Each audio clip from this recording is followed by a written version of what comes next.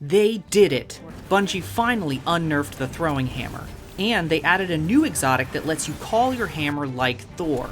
But with two S-tier melee exotics already in Destiny, which one is worthy of being crowned the king of hammers? In this video, we're putting these exotics head to head in mythic level content. And later, I'll show you how to make your throwing hammer hit like a nuke. But first, we need to talk about how each of these exotics work. Let's start with the new exotic, Meless Panoplia. The perk is Forge Master. Collecting a fire sprite or rapid solar final blows make you a Forge Master, allowing you to recall your throwing hammer. After impacting a target, recall your hammer at full intensity to perform a perfect recall, causing an explosion of forge slag. Perfect recalls and collecting fire sprites extend your time as Forge Master. So, when I pick up a fire sprite, I get a notification that Forge Master is ready. I can then throw my hammer, and when I press the melee button again, it comes right back. But if you just throw and immediately recall your hammer, you're actually missing out on half the exotic, and that half is the perfect recall. After you hit an enemy, your hammer will bounce in the air and start to glow like this. Hitting the melee button when your hammer is glowing causes a solar explosion and recalls your hammer. So against this barrier champion, we do 449 damage on impact and 242 in explosive damage on perfect recall. Next up is my personal favorite, Synthoceps. I love this exotic. It's going to give you some things for free, which is important. The perk is Bionic Enhancements. When you're surrounded, gain increased melee and super damage, as well as improved weapon handling and reload speed. You can see that when I'm surrounded, Bionic Enhancements is active and my hammer hits for 1,196. That is 165% of the base melee. When I'm no longer surrounded, Bionic Enhancements lingers for 5 seconds. And that's important, but we'll talk about why in a minute. Finally, let's look at Wormgod Caress. It doesn't give you free damage like Synthos, but what it does give you is truly magnificent. The perk is Burning Fists. Defeating a target with melee or a finisher grants escalating melee damage, which decays over time. Higher levels of Burning Fists grants increased weapon damage. Now, base hammer damage against this barrier champion is 449. When you get 5 kills to fully activate Burning Fists, the hammer then hits for 2,250. That's a 400% increase in melee damage. But keep in mind, none of that is free. You need to get a melee or finisher to start building damage stacks. And that made me wonder, how would these exotics perform in mythic level content? But to answer that, we first need to build out the rest of the kit. There are some things here that you need. For the subclass, Roaring Flames gives increased ability damage when you get ability kills. At 3 times, it's 200%.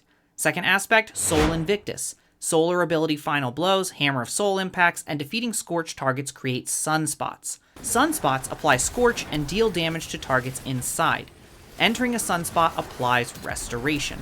This is your survivability, because restoration is a free 35 HP per second for 5 seconds. And combined with your throwing hammer, you're getting Cure ×1 when you pick it back up. For Fragments, Empyrean extends restoration and Radiant on kills with solar weapons or abilities. Ember of Solace, Restoration and Radiant have increased duration.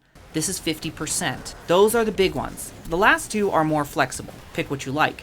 Ember of Torches gives you Radiant on melee hit, but Radiant is easy to activate this season. In the gameplay, I'm using Searing and Eruption. Searing gives melee damage and creates Fire Sprite when you defeat scorched targets. Eruption is here for the +10 to the melee stat. And speaking of melee, get your melee stat as close to 200 as possible. If you can reach 200, that's an extra 30% to your melee damage. I have around 180 melee in the gameplay, because I'm still working on my armor sets. With all that out of the way, now it's time to go into Mythic Kepler. We started off with Melas Panoplia, and in the Mythic mission, this exotic was very easy to activate. But there was still a problem. See, it didn't do enough damage.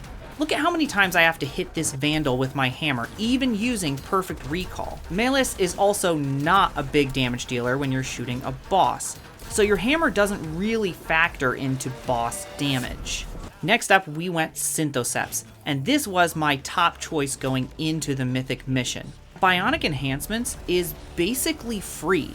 It's suited for an aggressive playstyle, which Hammer Titan is.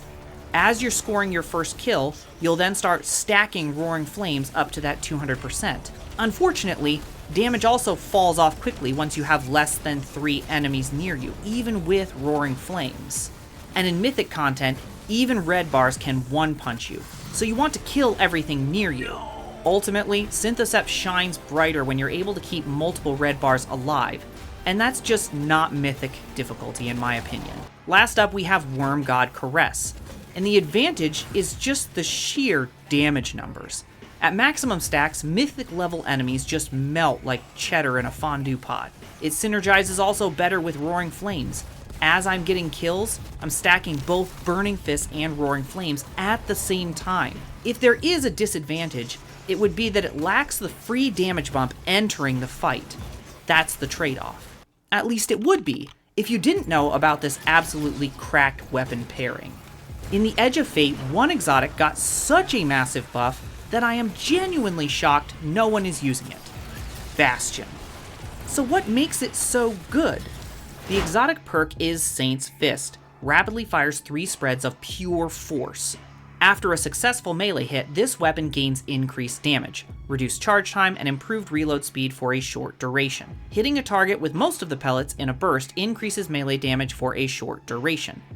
Now, for weapon increase in the first part of the perk, this is 45% more damage when we score that melee hit, which is big, but the second half of the perk is way more important, because the increase in melee damage when you hit your pellets is 300%.